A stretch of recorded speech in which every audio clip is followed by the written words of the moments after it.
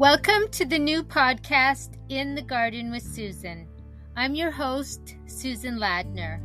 I will aim to bring you top quality information on how to save open pollinated seeds, grow a garden, and preserve what you grow. Every Wednesday, I'll be sharing practical tips and techniques to help you on your journey to food security. Join me as I preserve the abundance of produce that my garden provides. Learn new ways of putting food away for the winter and some old ways that are from another century. You can find this podcast on Shopify and at my website. Come on, let's go wander down to the garden and awaken the dreams, history, and love that is held inside every seed.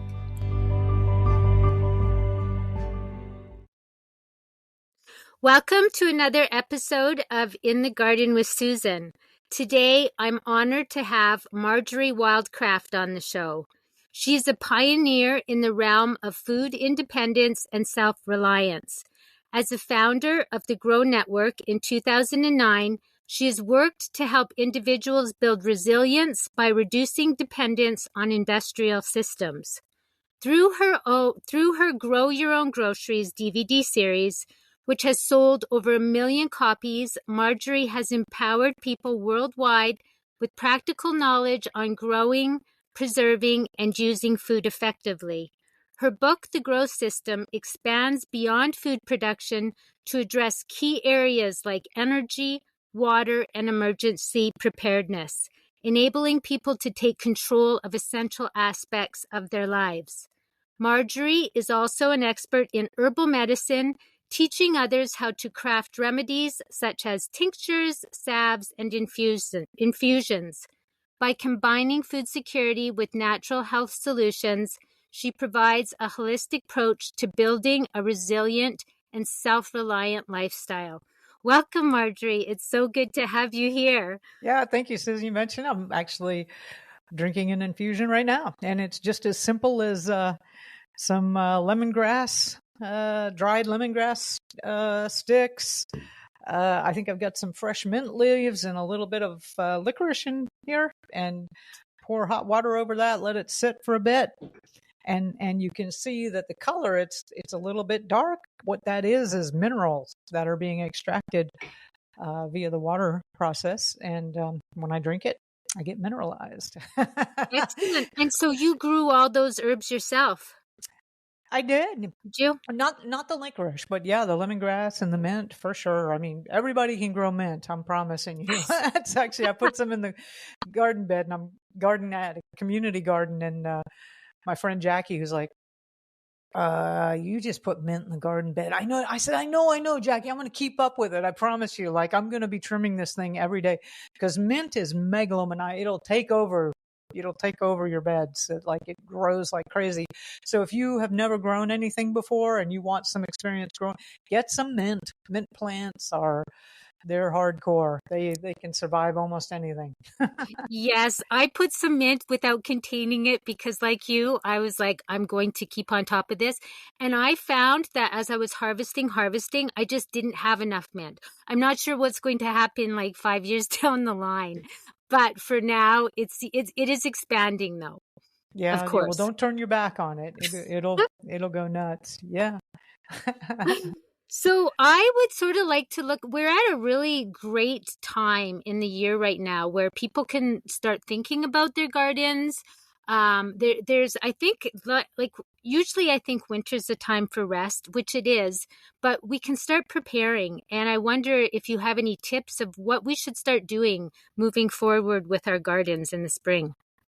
Well, I'd like to start out and say, that most people think of me as gardening, but honestly, animal production is going to be much more calorically and nutritionally dense than gardens.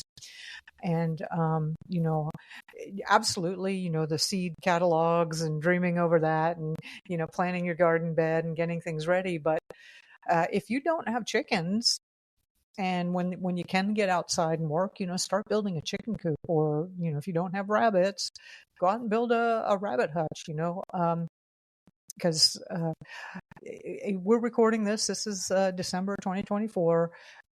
we are on the verge of this whole thing imploding. I mean, in 2025, we'll absolutely see the dollar become an absolutely worthless item. Many people will probably be reduced to barter and trade. This is it. We are in collapse scenario right now. So Yes. the other thing I would really recommend you do is buy as much backup food as you possibly can. Yeah. Seeds for sure. I agree. So yes, so seeds, figure out some really good basic seeds and order those while they're still available and the whole systems are working. And if you can, start preparing facilities to be able to produce animals. Good idea. And so the best if we're going into a cold time like the grand solar minimum, do you think chickens and rabbits are the best animals to be raising? Honestly, rabbits are going to be the best, absolute hands down. And the reason why is it's very easy to find the food sources for rabbits. If you think about it, there are Arctic rabbits, right? Rabbits eat, I used to feed them the trimmings from when I was pruning my fruit trees in the wintertime. They eat scrub. Certainly during the spring and all through the summer and fall, they eat, the foliage. It's also easy to get feed for them to store, so they're going to be easier to feed, and they're way more productive. But a lot of people are like, I don't want to start out with rabbits because I can't kill a bunny. And I totally understand that sentiment. By the way, rabbits also produce like rabbits. They breed like rabbits, right? So they're very, very prolific. So you're going to have a really good, abundant food source. So they are going to be the best. Now, chickens, I agree. If you're where you are, and you're talking about some really cold winter this year, we are headed into the grand solar minimum. A better animal for egg. And by the way, the chickens are not for eating meat. They would be for producing eggs. And I think that ducks would be a much better breed, given how far north you are. I live in the tropics at this point in time. I've lived in a lot of different places, and chickens are, they're indigenous to the jungle. They're jungle fowl, right? So here it's actually very easy for us to raise chickens year round. And a general principle in anything, whether it's gardening or livestock, is the closer it is to its native habitat, the easier it's going to be to produce it. And the further away you get from something from its native habitat, the more you're going to have to build infrastructure or supply supports to keep it alive. People don't think about it, but chickens are actually insectivores. They love insects. And here in the tropics, we've got lots of insects, lots of insects. And so they're happy. I mean, I was visiting with family, you do the family vacation thing. And one time we were on the island of Hawaii. Who doesn't love a vacation in Hawaii? Oh my God, Yeah. the kids, it's wonderful. And there were, and I think there are here in Puerto Rico too. There's chickens that have just gone feral. They're just living on the streets, whatever, because there's so much food supply that they can do that. There's enough insects or foliage or droppings of this, that, and the other that they don't need to be supported at all. But if you're going to have chickens up north, I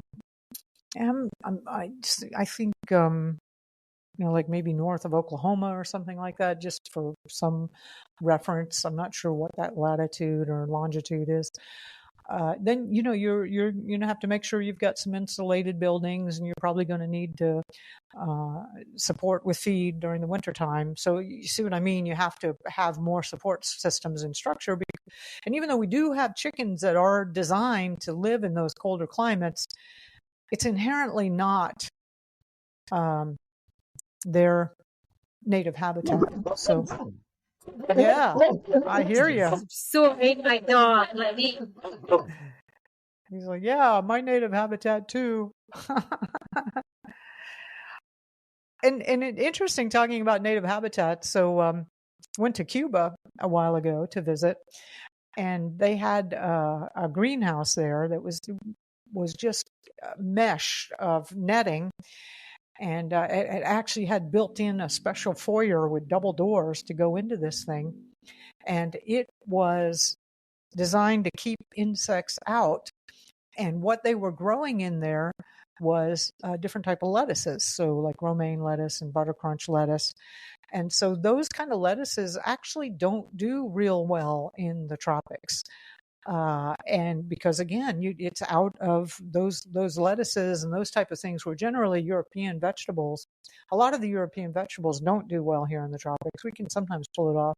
So your Brassicaceae family, um, the cabbages and Brussels sprouts and broccoli. I mean, we can sometimes pull it off, and of course, there's microclimates where you can do things, but they're really difficult to grow here. And one of the consequences here is if you have something that doesn't really belong here, insects are the predators to the plant kingdom. And the job of the predators is to take out the weaker species of whatever's going on. And clearly, those plants that don't belong here are going to be weaker. And they do tend to get more attacked by insects. So it works both ways. you know, you guys, it's going to be tough for you to have chickens up there, but it's going to be tough for us to have some of the European vegetables. Yes. So if people so the rabbits don't need that extra protection, they're hardier. Is that why? Well, you're going to really want to make, like any livestock you have, the more comfortable you can make them, then the healthier and the more vibrant and the more productive they're going to be, right? So, but there clearly are rabbits that do very well in cold climates, and you're probably going to also want to lean toward those breeds. But you are going to need to make sure they have fresh water, and in general, everything is going to do better with being a little warmer, which is going to happen when you build their hutch with a bit of insulation in it. Yes, yes. And so, how long, if the rabbits have been born, how long until they can be a food source? Yeah, so a rabbit's very, very similar to chickens, by the way. Commercial chickens, they are usually butchering them sometimes like 8 to 12 weeks. Those Cornish rock crosses, actually, you do not procrastinate butchering them because they can't walk and they will die. So you don't want to grow those. But rabbits are very, very similar. I tend to actually let mine go a lot longer. And there are charts, you can look it up. They're called the weight to carcass ratio. So how much meat do you actually get? Let's say you butcher a rabbit, you've got this dead rabbit. How much of that is actual usable meat versus fur and bones and guts and stuff like that? And usually you're talking about 50% is a pretty common number for that. Now, but one thing I like to do is I actually like to raise mine for longer than 2.5, 3 months, and those guys are going to be raised, and you'll be able to process them. You can process them even younger. I actually like to let mine go for a lot longer, and there's a very specific reason for that. I like mine to get fat. Fat is a very, very difficult macronutrient to produce, especially for backyard producers like us. You think about it, there are no fatty vegetables in your vegetable garden, right? There's no fatty eggplant or anything like that, right? That's right. It's really difficult to produce fat. And so the food sources for my rabbits are more abundant than most anything else. So those rabbits can take grass and they can take leaves and they can take bark and turn it into protein and fat. Let me turn that off for me. And so I tend to and then also honestly it's really just procrastination. Like, who wants to kill the bunny? I don't want to kill the bunny either. That's so right. I'll be like, okay, I'm going to do it this morning, and then I'm like, really should handle that email problem I got going on right now, right? Of course, the dogs and the cats are looking at me and like, hey, isn't time to process the rabbits right now? Because they eat of course they get a lot of the butchering scraps. I do want to talk about the rabbits from another perspective. malnutrition is a huge issue in the world, everywhere. And Americans are extremely malnourished. They're hugely overfed, right? So Yes. obesity is skyrocketing, but that's not, they're malnourished. The high levels of disease we have is from both toxicity and malnutrition. There's nothing in the food supply, nothing in the food supply. Used to be you could go on the perimeter and get something in a grocery store. There is nothing in the food supply. And the best you can do with organics is get a little less toxicity. So you need to be growing your own food. And traditionally, we need to look at the traditional ways that we got nutrition and the traditional ways that our grandparents, maybe for some of us, our great grandparents, fed themselves and didn't go to doctors, was they ate a lot more parts of the animal than we do now. So, the idea of just eating chicken breast is ludicrous. Like, that's probably the least nutritious part of the animal. So one of the wonderful things about your own backyard rabbits, and I know some people are gonna cringe at this, is you can eat the livers. And liver, look it up. It's unbelievable how much nutrition is in the liver. We know about the iron and the vitamin A. There's CoQ10, all kinds of precious B vitamins that are difficult to get. It's an amazingly nutritious food source. Never eat the liver from a commercially raised animal because it's also a filtering organ, right? You don't want and animals raised commercially are fed all kinds of crap, and that liver is going to be full of toxins and crap. But animals that you raise yourself, it's clean, they've had good stuff, you can eat that. Another thing is the bones.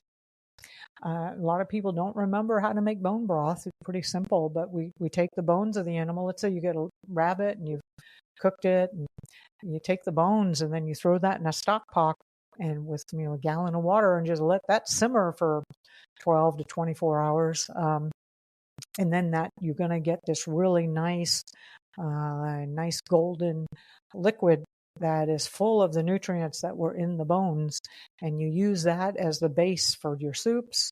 You can just drink it directly to get all kinds of nutrition out of it, and you're basically getting you're just getting more nutrition out of that animal.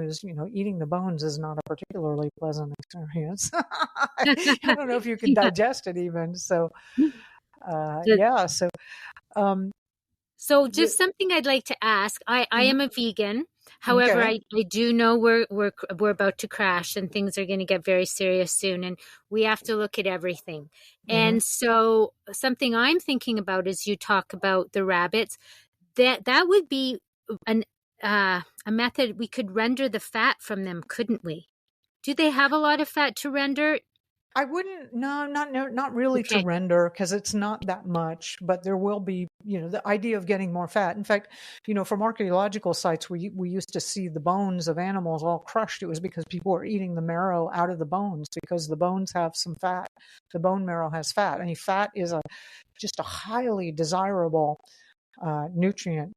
Another example, I went to, again, to Cuba. When I was in Cuba in the 1990s, they went through economic collapse like about as hard as what we're going to face. But when the last Soviet ship pulled out due to the collapse of the Soviet Union, their economy crushed 60% downward. The electric stopped, the water stopped running. The average Cuban lost 20 pounds. It was hard times. And this one woman was talking to me about people's faces would turn gray because they didn't have any fats or oil in your skin. If it doesn't have any fats or oil, that's what happens.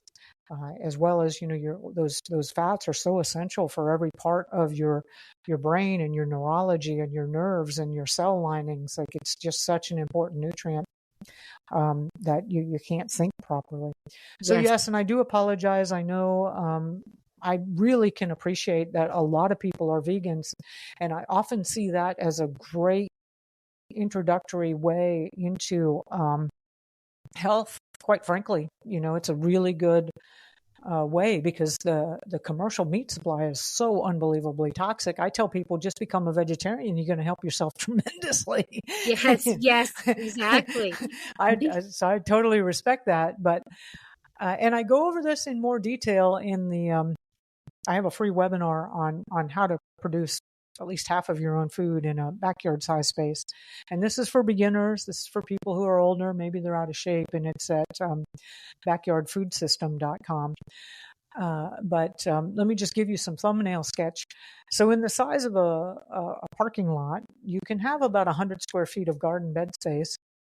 And in that, you can produce, depending on how many growing seasons you have, 30 to 60,000 calories in like 1 to 2 growing seasons, which is decent. And that's assuming you're growing some of the high caloric foods like potatoes, right? With a backyard flock of laying hens, let's say you have 6 laying hens and you'll be getting about 1,500 eggs a year from that. That's about 94,500 calories. From a rabbitry with 1 buck and 3 breeding does, which again would fit in that same parking lot size space, like say 150, 120 square feet, you'll get about 234,000 calories.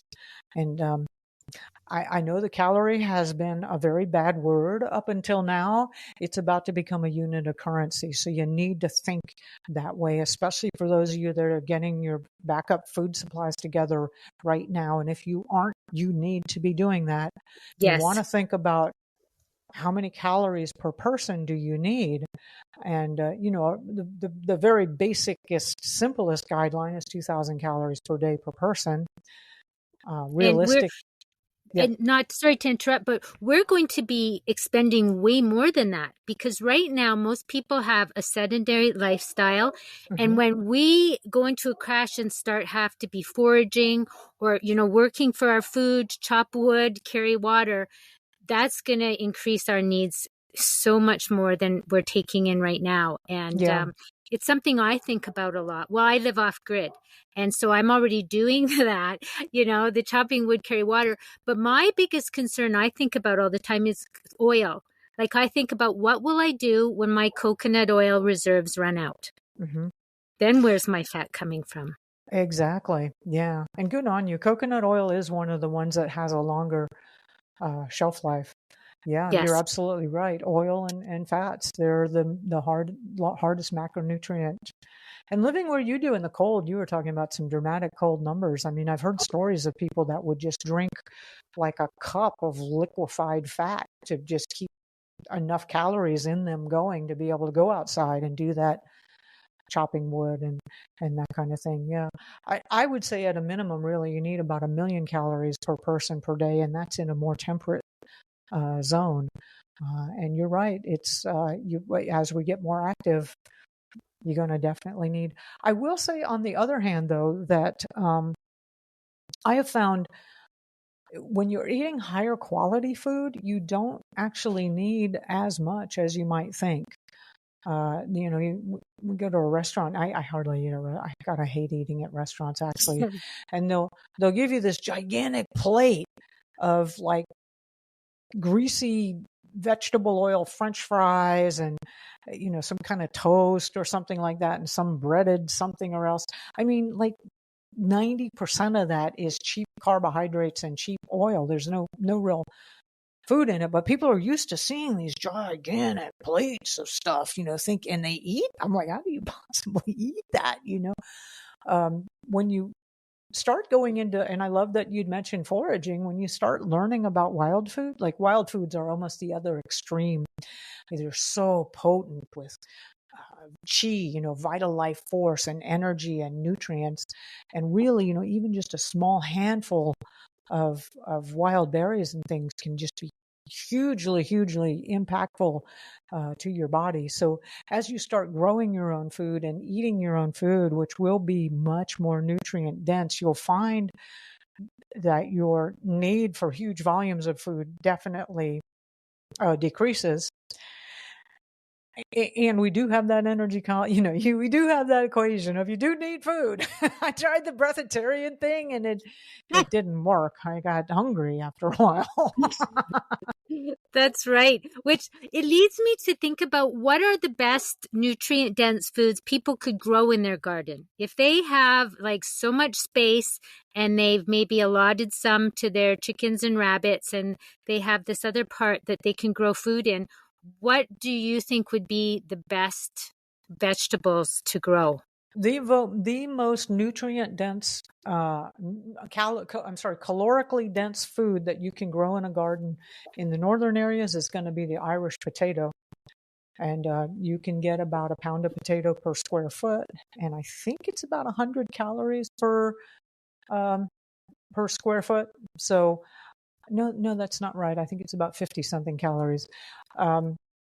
But it is the most calorically dense food that you can grow, and it's the most efficient food is the Irish potato. You're not going to be able to grow that very well in the southern climates. And so in southern climates, the sweet potato is going to be one of the more calorically dense foods that you can grow. And it's slightly less than the Irish potato or the white potato. Here in the tropics, we have a whole bunch of other root type things, cassava and yucca and that type thing. And actually, we grow them as trees, believe it or not. But it's an entirely different bioregion. After that, corn is a good one. You do need a minimum size corn because corn is wind pollinated. So you really need a minimum size because, you got to have the wind blowing that around in order to get it. A lot of time for the garden, what I really think of the gardens as is more of just diversity and nutrition and fiber or carbohydrates. Like you eat the colors of the rainbow, right? So some of the most prolific plants are the squashes, and especially even zucchinis are unbelievable. Like you really only need like 2 squash plants per person, and you're still going to have a ton of squash left over. And by the way, for those of you that go, ooh, squash, I used to be that way. If you haven't eaten homegrown squash, you haven't eaten squash. If you haven't eaten homegrown vegetables, you haven't eaten vegetables. So the absolute crap they're selling in the grocery stores is just that. It's really like this cardboard look-alike. Tastes nothing like real food. So it's when you start growing your own food, it's going to be just so incredible. You'll be like, why haven't I been doing this all my life? Right? It's delicious. Exactly. Yeah. Another calorically dense source that you might have all around you is foraging, acorns. Wonderful, wonderful food source. And some of those northern northern temperate areas, you got chestnuts trees, walnut trees, hickory nut trees, the nut trees. And then again, there are sources of, oils and fats in those. So, and it's processing those are pretty easy. When I look at foraging and wild foods, I look at how easy is it to gather it and how easy is it to harvest. How easy is it to process? There's a lot of wonderful wild foods out there, but some of them are it's just going to take way too much energy to get a little bite of food, right? You don't want to waste your time with that. But acorns, super easy to identify. Everybody knows what an acorn looks like. There's no poisonous lookalikes, and pretty easy to process. They do have tannins in them that you're going to want to rinse more than a few times repeatedly to get those out. But oh my goodness, you can make a flour out of it and dry it and make the most wonderful pancakes that you'll want to eat. They're delicious and unbelievably nutritious, and indigenous peoples all over the world, acorns were a staple. Is there a window to harvest them? Or is there a certain window when you can get them, or can you go harvest them any time of year? Well, they're traditionally a fall. They traditionally fall in the fall. Yeah, and you'll probably have to get them before the deer and the turkey and everything else gets them. So I have read, I have not done enough testing with this. By the way, some things it's hard to store, like pecans. I have tried, if you store it in the shell, pecans are only going to be good for about 6 or 8 months at the most, and then the oils in them start to go rancid. And of course, if you shell them, it's even faster than that. I don't know what it is for walnuts. I think walnuts you get a little more time. Acorns, though, I've read of the indigenous peoples that actually preferred acorns that had been stored for 2 years. They said the flavor was better. So acorns apparently can store for a long time. If stuff's going to be laying on the ground, though, it's probably going to have insects working its way into it, Yes. Yeah. That's something I didn't think. Well, I have thought about it before. So this would be a good time for people to maybe get some, well, not right now, but think about it in the spring, get some nut trees planted. Yeah, absolutely. Yeah. Or, identifying where they are now. That's actually certainly a winter activity, as you can identify trees from their bark and shape. Do you live near a park? Are there oak trees there? Start making bids on it. I was out in Austin. I used to live in Central Texas and homesteaded there for a long time. And they have these wonderful trees called bur oaks. And I swear to God, those acorns are like friggin' golf ball size. It's wonderful. And, you crack one of those open and the meat in there is pretty big. And there's this one park that my bookkeeper lives there. So, I'd always go hang out with Mary in a couple of blocks from her house was this park that had all these bur oak acorns. And I said, hey, I'll take your dog for a walk. Give me a pillowcase. And I was out there harvesting all these bur oak acorns. Oh, they're delicious. And these kids come up to me and they go, what are you doing? And I said, this is food, and I gave them a whole lesson about bur oak acorns. And they're all looking at me like that crazy lady. And I said, you just remember that when you need it, because you're going to need it sometime. And they're like, okay, we will. But, oh, my goodness, I used to look forward to going actually to Central Texas in the fall just to get those. The bur oaks grow all over, as far as I know, all over the U.S. I just happen to know where that patch was. So I went to visit it regularly. But now is the time to get out and start doing something different. That's right. We need to have these conversations. So it is time. Thank you, Susan. Thank Appreciate you so much. Letting me be on the show. All right. Take care. All righty. Bye. Bye.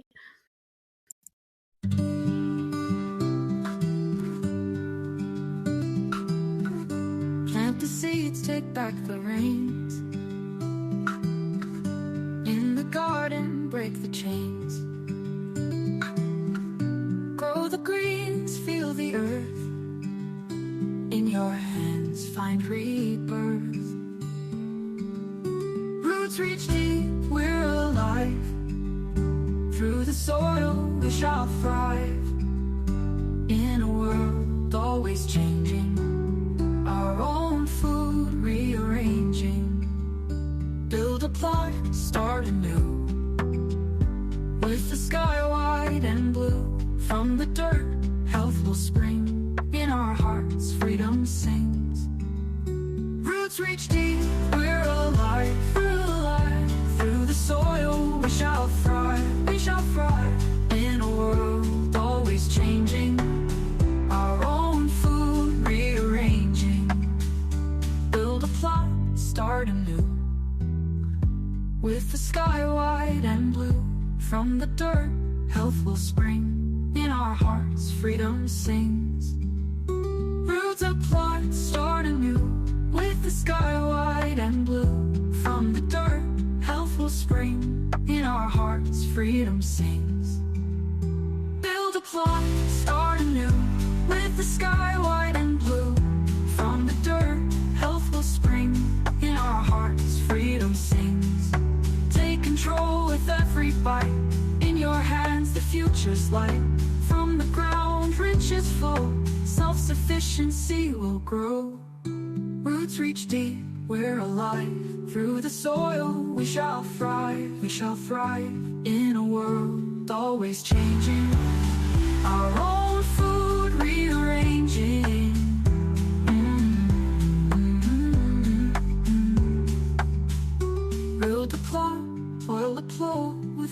bite. In your hands the future's light, from the ground riches flow.